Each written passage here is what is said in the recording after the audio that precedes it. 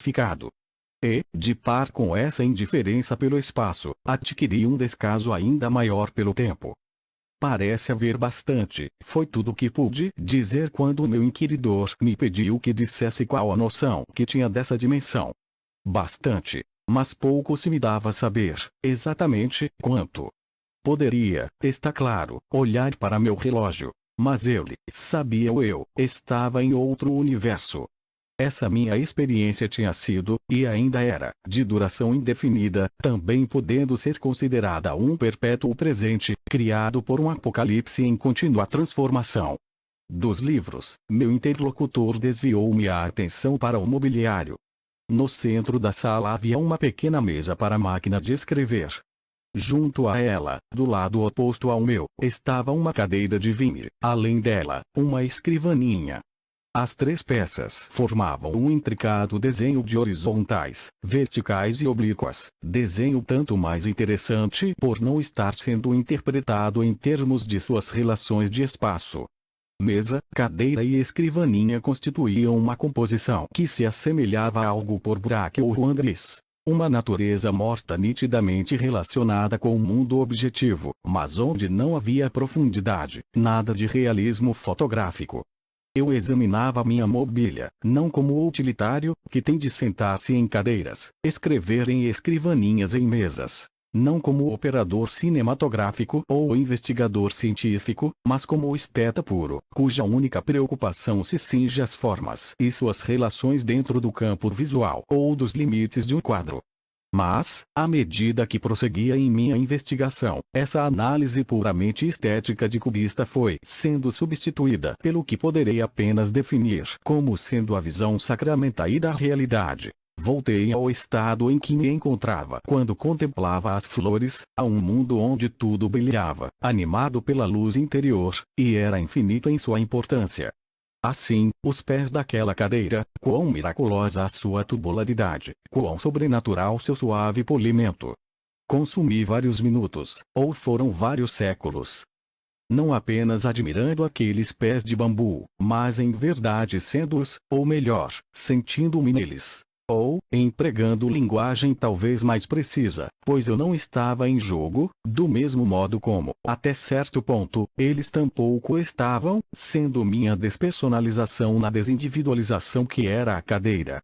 Refletindo sobre minha experiência, vejo-me levado a concordar com o eminente filósofo de Cambridge, Dr. C. D. Broughton, que será bom considerarmos, muito mais seriamente do que até então temos feito, o tipo de teoria estabelecida por Bergson com relação à memória e ao senso de percepção. Segundo ela, a função do cérebro e do sistema nervoso é, principalmente, eliminativa e não produtiva. Cada um de nós é capaz de lembrar-se, a qualquer momento, de tudo o que já ocorreu conosco, bem como de se aperceber de tudo o que está acontecendo em qualquer parte do universo. A função do cérebro e do sistema nervoso é proteger-nos, impedindo que sejamos esmagados e confundidos por essa massa de conhecimentos, na sua maioria inúteis e sem importância, eliminando muita coisa que, de outro modo, deveríamos perceber ou recordar constantemente, e deixando passar apenas aquelas poucas sensações selecionadas que, provavelmente, terão utilidade na prática. De acordo com tal teoria, cada um de nós possui, em potencial, a onisciência. Mas, visto que somos animais, o que mais nos preocupa é viver a todo custo. Para tornar possível a sobrevivência biológica, a torrente da onisciência tem de passar pelo estrangulamento da válvula redutora, que são nosso cérebro e sistema nervoso. O que consegue coar-se através desse crivo é um minguado fio de conhecimento que nos auxilia a conservar a vida na superfície deste singular planeta.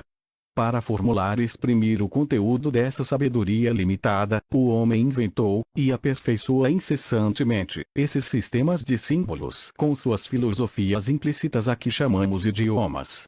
Cada um de nós é, a um só tempo, beneficiário e vítima da tradição linguística dentro da qual nasceu, beneficiário, porque a língua nos permite o acesso aos conhecimentos acumulados oriundos da experiência de outras pessoas. Vítimas, porque isso nos leva a crer que esse saber limitado é a única sabedoria que está a nosso alcance. Isso subverte nosso senso da realidade, fazendo com que encaremos essa noção como a expressão da verdade e nossas palavras como fatos reais.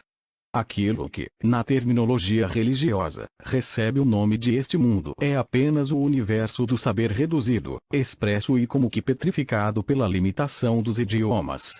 Os vários outros mundos com os quais os seres humanos entram esporadicamente em contato não passam, na verdade, de outros tantos elementos componentes da ampla sabedoria inerente à onisciência. A maioria das pessoas, durante a maior parte do tempo, só toma conhecimento daquilo que passa através da válvula de redução e que é considerado genuinamente real pelo idioma de cada um. No entanto, certas pessoas parecem ter nascido como uma espécie de desvio que invalida essa válvula redutora. Em outras, o desvio pode surgir em caráter temporário, seja espontaneamente, seja como resultado de exercícios espirituais voluntários, do hipnotismo ou da ingestão de drogas. Mas o fluxo de sensações que percorre esse desvio, seja ele permanente ou temporário, não é suficiente para que alguém se aperceba de tudo o que esteja ocorrendo em qualquer lugar do universo, uma vez que o desvio não destrói a válvula de redução, que ainda impede que se escoe por ela toda a torrente da onisciência, embora possibilite a passagem de algo mais, e sobretudo diferente, do que aquelas sensações utilitárias, cuidadosamente selecionadas, que a estreiteza de nossas mentes considera uma imagem completa, ou, no mínimo, suficiente, da realidade. O cérebro é dotado de um certo número de sistemas enzimáticos que servem para coordenar seu funcionamento. Algumas dessas enzimas visam a regular o fluxo de glicose destinado a alimentar as células cerebrais. A mescalina, inibindo a produção dessas enzimas, diminui a quantidade de glicose à disposição de um órgão que tem uma fome constante de açúcar. E o que acontece quando o metabolismo do açúcar no cérebro é reduzido pela mescalina? O número de casos observados é diminuto e, pois, ainda não nos é possível apresentar uma resposta conclusiva. Mas o que tem acontecido à maioria daqueles que tomaram o alcaloide, sob controle, pode ser assim resumido. 1. A capacidade de lembrar-se e de raciocinar corretamente não sofre redução perceptível. Ouvindo os registros de minha conversação, quando sob o efeito da droga, nada me leva a concluir que estivesse mais estulto do que sou sob condições normais. 2. As impressões visuais tornam-se grandemente intensificadas e o olho recupera um pouco da inocente percepção da infância, quando o senso não se achava direta e automaticamente subordinado à concepção. O interesse pelo espaço diminui e a importância do tempo cai quase a zero. 3. Embora o intelecto nada sofra e a percepção seja grandemente aumentada, a vontade experimenta uma grande transformação para pior. O indivíduo que ingere mescalina não vê razão para fazer seja o que for, e considera profundamente injustificável a maioria das causas que, em circunstâncias normais, seriam suficientes para motivá-lo e fazê-lo agir. Elas não o preocuparão, pela simples razão de ter ele melhores coisas em que pensar. 4. Essas melhores coisas podem ser experimentadas, tal qual se deu comigo, lá fora, aqui dentro ou em ambos os mundos, o interior e o exterior, simultânea ou sucessivamente. Que elas são melhores, isso parece axiomático a quem quer que tome mescalina, desde que possua um fígado são e uma mente isenta de angústias. Esses efeitos da mescalina constituem um tipo de reação que se poderia esperar de uma droga com o poder de reduzir a eficiência da válvula redutora que é o cérebro. Quando esse órgão é atingido pela carência de açúcar, o subnutrido ego se enfraquece, já não mais se pode permitir empreender suas tarefas rotineiras e perde todo o interesse por essas relações de tempo e espaço que possuem tão grande valor para um organismo preocupado com a vida neste mundo. Assim que a onisciência vence a barreira daquela válvula, começam a ocorrer todas as espécies de fatos desprovidos de utilidade biológica. Em certos casos, poderão dar-se percepções extrasensoriais. Outras pessoas podem descobrir o mundo de visionária beleza. Ainda outras têm a revelação da glória, do infinito valor e da significação da existência primeva, do fato objetivo e não conceituado. No estágio final da despersonalização há uma obscura noção de que tudo está em todas as coisas, de que tudo é, em verdade, cada coisa. Isso é, no meu entender, o máximo a que uma mente finita pode alcançar em perceber-se de tudo o que está acontecendo em qualquer parte do universo. A esse respeito, quão significativa é a enorme ampliação da percepção das cores sob o efeito da mescalina. Para certos animais, a capacidade de distinguir determinados matizes possui grande importância biológica. Mas, além dos limites de seu espectro utilitário, a maior parte dos seres vivos apresenta completa insensibilidade às cores. Assim as abelhas, que consomem quase todo o seu tempo desflorando as frescas virgens da primavera, só conseguem distinguir umas poucas cores, conforme von Frisch demonstrou. A grande percepção às cores de que o olho humano é capaz é um luxo biológico, inestimavelmente precioso para nós, como seres intelectuais e espirituais, mas desnecessário à nossa sobrevivência como animais. A julgar pelos adjetivos que Homero lhes pôs nas bocas, os heróis da guerra de Troia mal ultrapassavam as abelhas em sua capacidade para distinguir cores. Ao menos sob esse aspecto, o progresso da humanidade tem sido prodigioso. A mescalina aviva consideravelmente a percepção de todas as cores e torna o paciente apto a distinguir as mais sutis diferenças de matiz que, sob condições normais, ser-lhe-iam totalmente imperceptíveis. Poder-se-ia dizer que, para a onisciência, os chamados caracteres secundários das coisas seriam os principais. Contrariamente a Locke, ela consideraria as cores dos objetos como mais importantes e, pois, merecedoras de maior atenção que suas massas, posições e dimensões. Tal como ocorre com os consumidores de mescalina, muitos místicos percebem cores de uma intensidade preternatural, não só em seu mundo interior, como também no das coisas objetivas que os rodeiam. Fato idêntico ocorre com os indivíduos suscetíveis ao que sofrem de psicoses. Há certos médiums para os quais as revelações que se manifestam, por breves períodos, nos indivíduos que ingerem mescalina, são uma experiência diária, de todas as horas, por longos espaços de tempo. Podemos agora, após esta longa mas indispensável excursão ao reino da teoria, voltar àquela maravilhosa realidade, 4 pés de cadeira, de bambu, no meio de uma sala.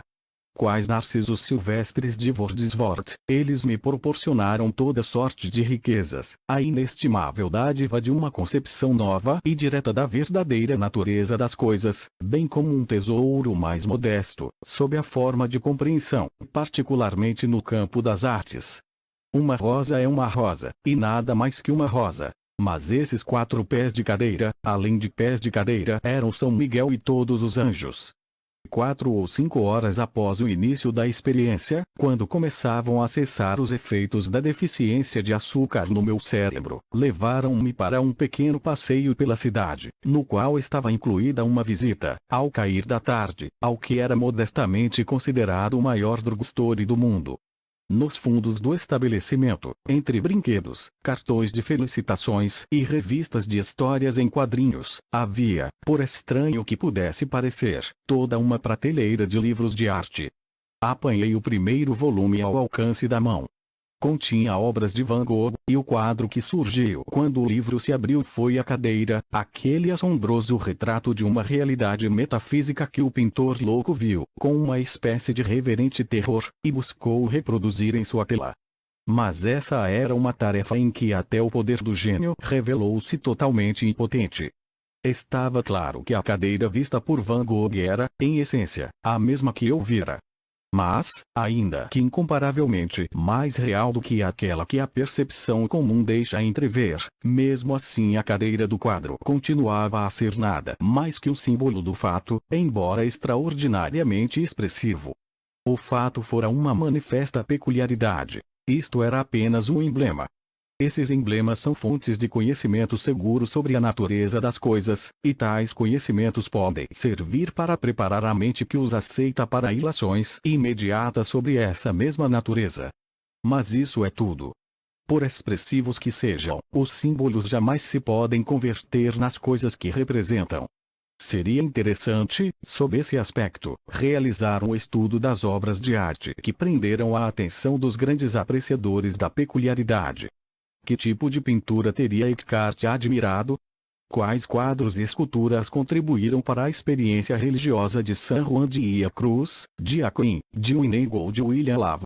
Essas indagações estão além de minhas possibilidades de resposta, mas tenho a convicção de que a maioria dos grandes amantes da peculiaridade pouco se preocupou com a arte, alguns, recusando-se pura e simplesmente a levá-la em conta. Outros, contentando-se com trabalhos que olhos de crítico classificariam como obras de segunda, ou mesmo de 10ª classe. Para uma pessoa, cuja mente transfigurada e transfiguradora é capaz de descobrir o tudo em cada isto, a classificação de uma pintura como sendo de primeira ou de 10ª categoria, ainda tratando-se de pintura religiosa, será coisa que lhe há de provocar a mais soberana indiferença. A arte, creio eu, interessa apenas a principiantes, ou então a essas obstinadas mediocridades que decidiram satisfazer-se com a contrafação da peculiaridade, com símbolos em lugar daquilo que estes significam, com o cardápio elegantemente apresentado em vez da própria refeição. Devolvi Van Gogh à prateleira e apanhei o volume seguinte. Era um livro sobre Botticelli. Folheei-o. O Nascimento de Vênus, que nunca figurou entre minhas telas prediletas. Vênus e Marte, aquela beleza tão apaixonadamente denunciada pelo pobre Ruskin, no ardor de sua enfadonha tragédia sexual, maravilhosamente rica e intricada, seguiu-se a calúnia de Apelles. Por fim, deparei com um quadro menos conhecido e não muito bom, Judite. Minha atenção foi despertada e eu me quedei embevecido, não pela pálida e neurótica heroína ou por sua serva, não ante a hirsuta cabeça da vítima ou pela paisagem primaveril que formava o fundo do quadro, mas ante a purpúrea seda do corpete pregueado e das longas saias que o vento ondulava. Aquilo era algo que eu já havia visto, e naquela mesma manhã, entre as flores e os móveis quando, por acaso, olhei para baixo e minha vista se extasiara ao fixar minhas próprias pernas cruzadas. Essas dobras de minhas calças, que labirinto de infinita complexidade simbólica! E a textura da flanela cinzenta, quão rica, profunda e misteriosamente suntuosa era ela! E lá estava isso tudo, de novo, no quadro de Botticelli. Os seres humanos civilizados usam roupas e, pois, não pode haver quadro, seja ele retrato, narrativa mitológica ou histórica, onde não haja representação de dobras de tecido. Mas, embora podendo caber-lhe o mérito da origem, jamais poderemos atribuir ao hábito do vestuário exuberante tratamento que a roupagem vem merecendo como tema principal em todas as artes plásticas. É evidente que os artistas sempre lhe conferiram um valor intrínseco, ou, quiçá mais propriamente, sempre se aperceberam do valor que ela representava para eles. Quem pinta ou esculpe roupagens está pintando ou esculpindo formas que, em última instância, não possuem simbolismo intrínseco, formas não condicionadas que os artistas, mesmo os mais fervorosos adeptos do naturalismo, deixam entregues a si mesmas. No comum das Madonas ou dos Apóstolos, os elementos estritamente humanos, inteiramente simbólicos, constituem cerca de 10% da obra. O restante é formado por um sem número de variações coloridas do inexaurível tema de linhos e lãs amarfanhados. E esses 9/10 não simbólicos de uma Madonna ou um apóstolo podem ser tão importantes, qualitativamente, quanto o são em quantidade. Não raro, são eles que dão o tom do conjunto da obra de arte, que estabelecem a nota mestra dentro da qual o tema está sendo executado, que exprimem a disposição de espírito, o temperamento, a atitude do artista diante da vida. A serenidade estoica se revela por superfícies suaves, pelas amplas dobras das roupagens de Piero. Esmagado entre realidade e vontade, entre cinismo e idealismo, Bernini ajusta a verossimilhança quase caricatural das faces que modela com vastas abstrações de pano, que são a corporificação, em pedra ou bronze, dos eternos lugares comuns da retórica, o heroísmo, a santidade, a sublimidade a que a humanidade perpetuamente aspira, quase sempre em vão. E há ainda as saias e os mantos perturbadoramente viscerais de El Greco. As dobras vivas, retorcidas quais chamas, em que Cosmultura envolvia seus personagens. No primeiro, a espiritualidade tradicional se dilui em anônimo anelo fisiológico. Debate-se, no segundo, um sentimento torturado ante a reserva e a hostilidade características deste mundo. Examinemos, agora, as obras de Vattel. Seus homens e suas mulheres empenham-se em lutas, aprontam-se para bailes, embarcam, em relvas de veludo e sob vetustas árvores, para a citera dos sonhos de todos os amantes. A imensa melancolia que os envolve, bem como a pungente sensibilidade de seu criador, encontram expressão, não nas ações, atitudes ou semblantes dos personagens, mas no relevo e na textura de suas saias de tafetá, de seus mantos e gibões de cetim. Não há nelas nenhuma poligada sequer de superfícies suaves. Tudo é um emaranhado de sedas incontáveis e minúsculas pregas e rugas em incessante modulação, reflexo de uma incerteza interior reproduzida com a perfeita segurança de uma mão de mestre, de tom para tom, de uma cor indefinível para outra. Na vida, o homem põe e Deus dispõe. Nas artes plásticas, quem propõe é o assunto. Mas quem dispõe é, em última instância, o temperamento do artista, e em primeira, ao menos em retratos, pintura histórica e descritiva, as roupagens e tapeçarias criadas pelo pincel ou pelo buril. Esses dois elementos podem fazer com que uma festa galante nos faça vir lágrimas aos olhos, que uma crucificação tenha uma tal serenidade que nos alegre a alma, que uma cena de suplício seja quase que intoleravelmente lúbrica, que o retrato de um prodígio da insensatez feminina, penso, neste instante, no incomparável me. Moitessier, de Ingres, possa exprimir a mais austera, a mais inflexível intelectualidade. Mas isto não é tudo. As roupagens, percebo agora, são muito mais que simples artifícios para a introdução de formas desprovidas de simbolismo nas pinturas e esculturas naturalistas. O que nós outros só vemos sob a influência da mescalina pode, a qualquer tempo, ser visto pelo artista, graças à sua constituição congênita. Sua percepção não está limitada ao que é biológica ou socialmente útil. Algo do saber inerente à onisciência flui através da válvula redutora do cérebro e do ego e atinge sua consciência. Isso lhe dá um conhecimento do valor intrínseco de tudo o que existe. Tanto para o artista como para quem ingere mescalina, o tecido é um hieróglifo vivo que representa, de certo modo singularmente expressivo, os insondáveis mistérios da existência. Ainda mais que a cadeira, embora talvez menos que aquelas flores absolutamente preternaturais, as dobras de minhas calças de flanela cinzenta estavam impregnadas de existência. Não sei dizer a que deviam elas sua privilegiada situação. Seria porque as formas assumidas pelas dobras dos tecidos são tão esquisitas e dramáticas que atraem nosso olhar e, assim, produzem esse milagre de pura existência sobre a atenção. Quem poderá dizê-lo? Mas importa menos a razão para a experiência do que esta em si mesma. De olhos fitos nas saias de Judite, no maior drugstore do mundo, fiquei sabendo que Botticelli, e não somente ele como também muitos outros, havia contemplado as roupagens e tapeçarias com os mesmos olhos transfigurados e transfiguradores que eu possuía naquela manhã. Eles haviam visto Stilkeit, a totalidade e o infinito das dobras de um tecido e haviam empregado ao máximo seu talento para representá-las na tela ou no mármore.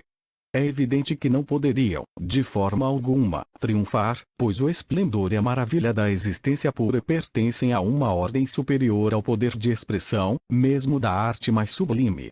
Mas, nas saias de Judite, pude ver claramente aquilo que, fosse eu um pintor de gênio, teria feito com minhas velhas calças de flanela cinzenta.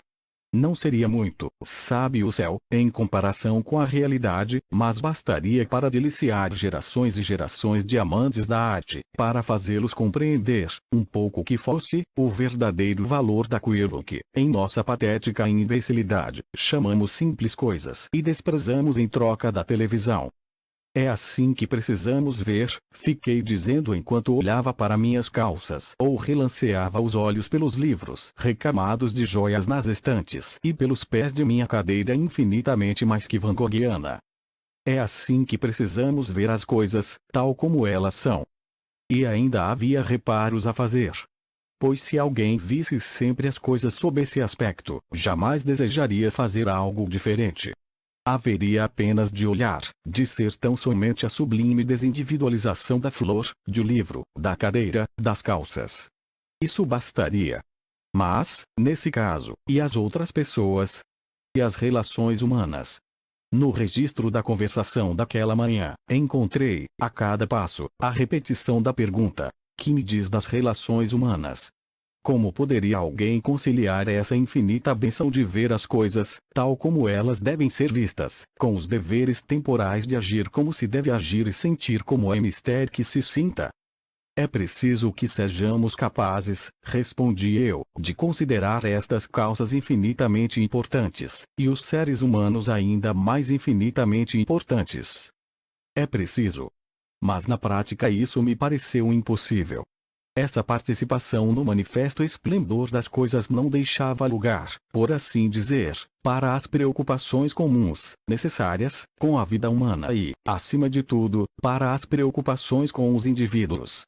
Pois as pessoas possuem individualidade, ao menos sob um aspecto. Naquele momento eu não era eu mesmo, a um só tempo percebendo e sendo a desindividualização das coisas ao meu redor.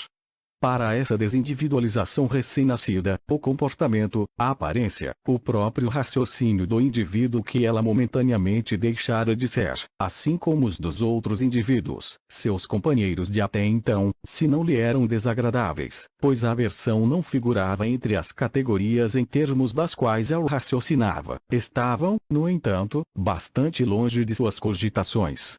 Compelido pelo pesquisador a analisar e relatar o que estava fazendo, e como desejaria ser deixado a sós com a eternidade em uma flor, com o infinito em 4 pés de cadeira e com o absoluto nas pregas diurnas calças de flanela.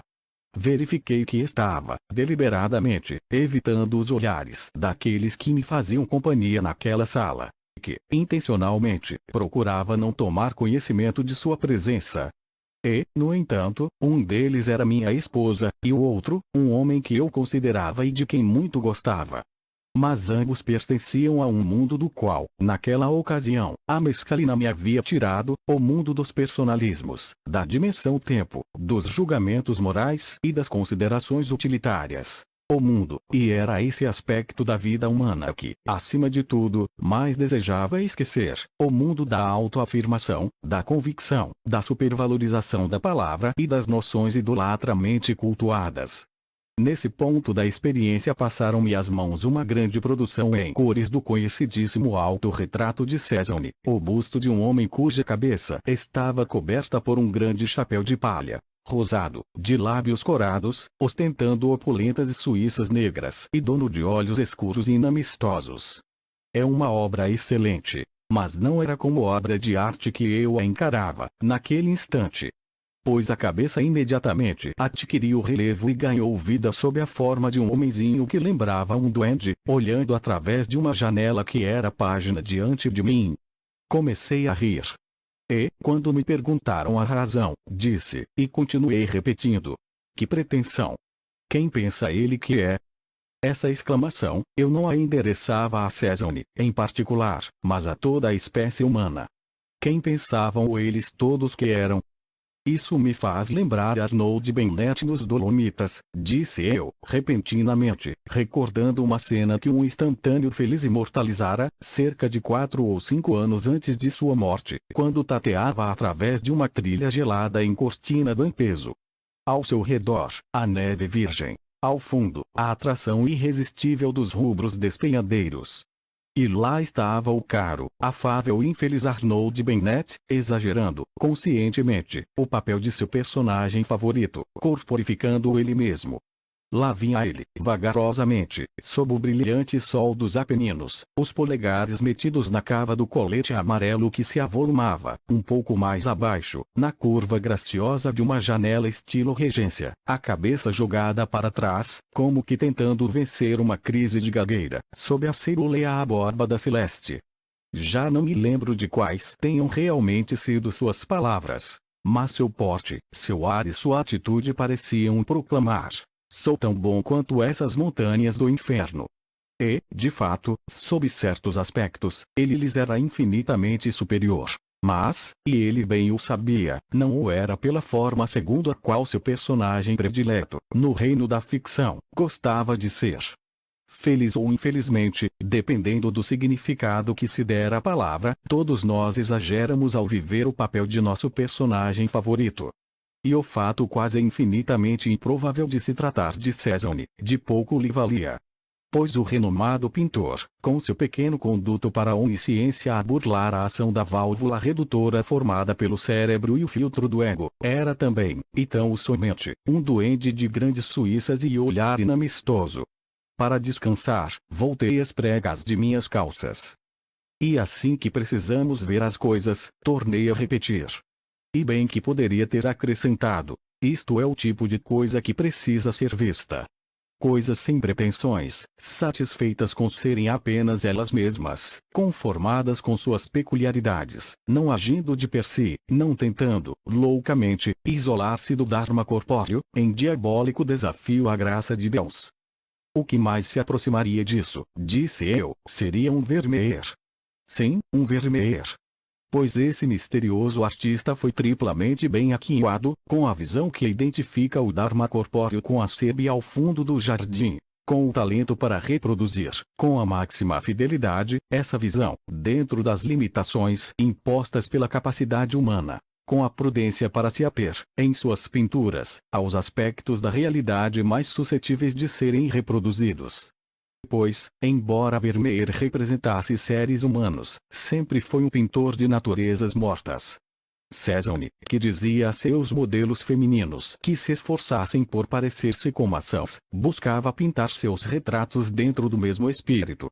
Mas suas raparigas com ar de maçã associam-se mais às ideias de Platão que ao Dharma corpóreo na sebe. Elas são a eternidade e o infinito, não em areia ou por flores, mas pelas abstrações de alguma espécie de alta geometria. Vermeer jamais pediu a seus modelos que buscassem parecer-se com maçãs. Ao contrário, insistia em que fossem o mais femininas possível, mas sempre abstendo-se de se comportarem com infantilidade. Poderiam sentar-se ou ficar de pé, mas não deveriam apresentar-se com risos zombeteiros ou com arrogância, jamais deveriam rezar ou suspirar por amores ausentes, tagarelar, olhar com inveja aos filhos de outras mulheres, namorar, amar, odiar ou trabalhar.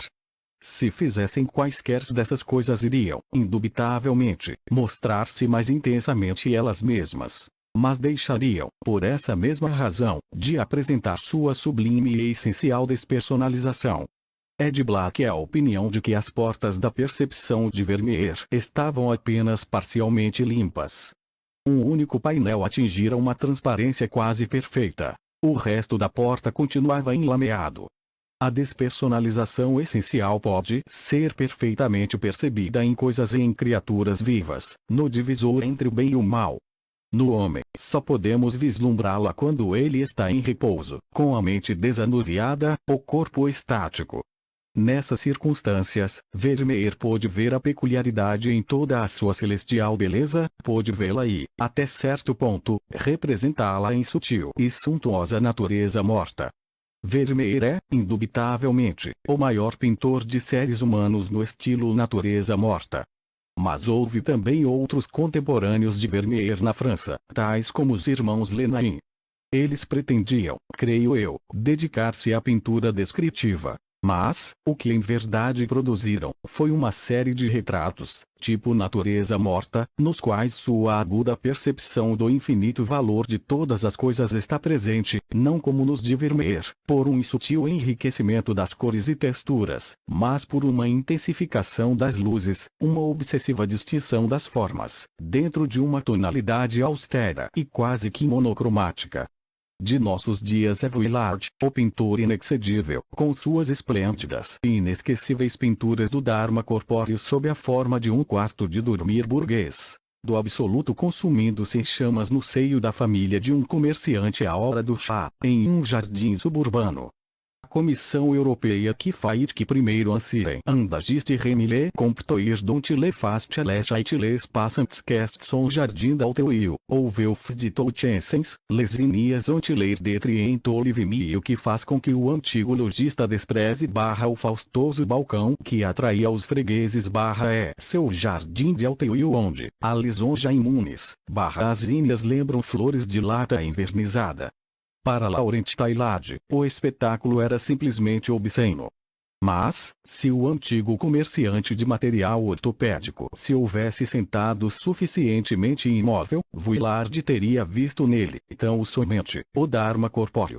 Teria pintado, entre as íneas, o tanque dos peixinhos dourados, a torre morisca e as lanternas chinesas da vila, o recanto do Éden ao romper do outono. E, entretanto, minha pergunta continuava sem resposta. Como conciliar essa percepção aguçada com uma justa preocupação pelas relações humanas, com os deveres e as tarefas inadiáveis, para não mencionar a caridade e a piedade atuantes? A velha disputa entre ativos e contemplativos estava sendo renovada, creio eu, com uma violência sem precedentes. Pois, até aquela manhã, eu só conhecera a contemplação sob suas formas mais humildes e encontradiças, a divagação do pensamento, a arrebatada abstração na poesia, na pintura ou na música, a paciente espera pela inspiração, sem a qual mesmo o mais prosaico escritor não pode pretender realizar coisa alguma, como vislumbres acidentais da natureza de algo muito mais profundamente interligado, no dizer de Wordsworth. Como o silêncio sistemático que leva, por vezes, a noção de um obscuro saber. Mas, desta feita, conhecia a contemplação em sua pujança. Em sua pujança, sim, mas não em toda a sua plenitude. Pois, quando esta é atingida, a estrada que leva a Maria inclui a de Marta e eleva a contemplação, por assim dizer, a seu mais alto poder. A mescalina nos abre o acesso a Maria, mas fecha a porta que leva a Marta. Ela nos permite chegar à contemplação, mas a uma contemplação que é incompatível com a ação e até mesmo com a vontade de agir, com a própria ideia de ação. Nos intervalos entre suas revelações, quem toma a mescalina é capaz de sentir que, embora de certo modo tudo tenha a sublimidade que deverá ter, por outro lado há nisso qualquer coisa de errado. Seu problema é, essencialmente, o mesmo com que se defronta o eremita, o artuate, em outro plano, o paisagista e o pintor de retratos inanimados. A mescalina jamais poderá resolver tal problema. Servirá apenas para situá-lo, em termos obscuros, para aqueles aos quais ele jamais se apresentou. Sua solução plena e definitiva só poderá ser encontrada por quem esteja preparado para reforçar a verdadeira Weltanschauung, por meio do comportamento adequado e de uma vigilância constante, natural e apropriada. Ao eremita se opõe o contemplativo ativo, o santo, o homem que, na frase de Eckhart, está pronto a descer do sétimo céu para levar de beber a seu irmão doente. Ao arhat, refugiando-se do mundo exterior em um nirvana inteiramente transcendental, opõe-se o bodhisattva. Para quem a peculiaridade e o mundo das contingências são uma mesma coisa, e para cuja piedade sem limites, a cada uma dessas contingências correspondem outras tantas oportunidades, não só para meditações transfiguradoras, como também para praticar a caridade mais objetiva. E, no universo da arte, a Vermeer e aos outros pintores de retratos inanimados, aos mestres do paisagismo chinês e japonês, a Constable e a Turner, a Sisley, Seurat Cezanne, opõe-se à arte integral de Rembrandt. Esses são nomes célebres, inacessíveis eminências. Pelo que me toca, nessa memorável jornada de maio pude tão somente ser grato a uma experiência que me revelou, mais claramente do que eu jamais pudera discernir, a verdadeira natureza do desafio e o cunho inteiramente emancipador da resposta. Marta e Maria, irmãs de Lázaro, citadas no Novo Testamento, Evangelho de São Lucas. Nas alegorias cristas, Marta simboliza a vida ativa, Maria, a contemplativa. Arfuat, monge budista que atingiu a luz. Santo budista. Weltanschauung, visão do mundo, é uma concepção filosófica do universo como decorrência do rumo dos acontecimentos no mundo como um todo. Bodhisattva, santo budista. Aquele que, seguindo as pegadas do Buda, deverá, em encarnação futura, tornar-se também um Buda. Seja-me permitido acrescentar, antes de abandonar este assunto, que não há forma de contemplação, mesmo a mais passiva, que não possua seu conteúdo ético. No mínimo a metade de toda a moral é negativa, e consiste em evitar o erro. O Pai Nosso contém menos de 50 palavras, e 6 delas são dedicadas a pedir a Deus que não nos deixe cair em tentação. O contemplativo passivo deixa de fazer muitas coisas que teria de realizar. Mas para se dispor a uma tal atitude, ele precisa abster-se de praticar uma série de ações que não deveriam ser levadas a efeito.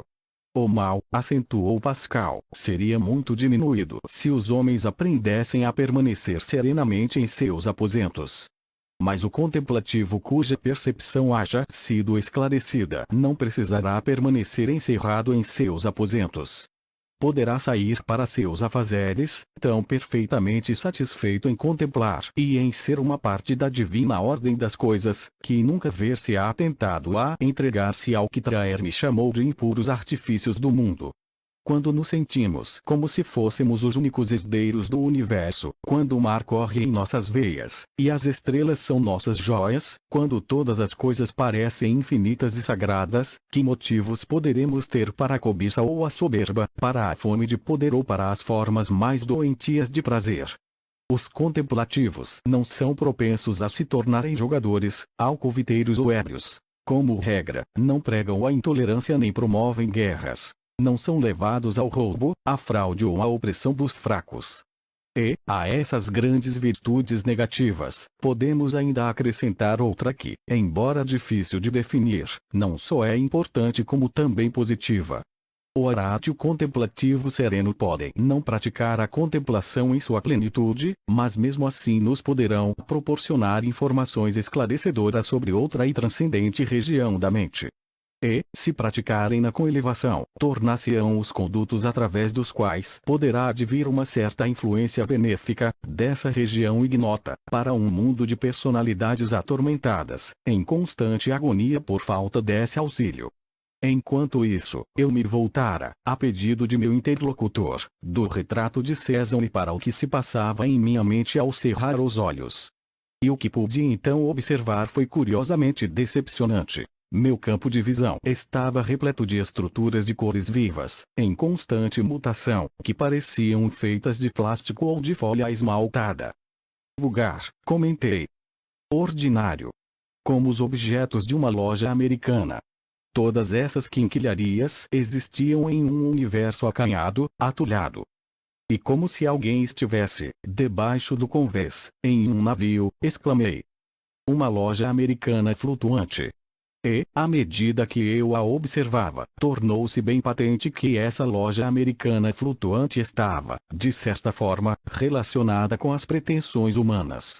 Esse interior sufocante de loja barata embarcada era meu próprio ego. Esses vistosos mobílios vulgares, de lata e de matéria plástica, eram minhas contribuições pessoais para o universo.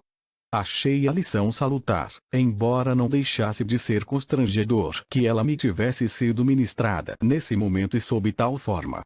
De modo geral, quem toma mescalina descobre um mundo interior tão claramente definido, tão axiomaticamente infinito e sagrado quanto aquele mundo exterior transfigurado que eu havia visto de olhos abertos.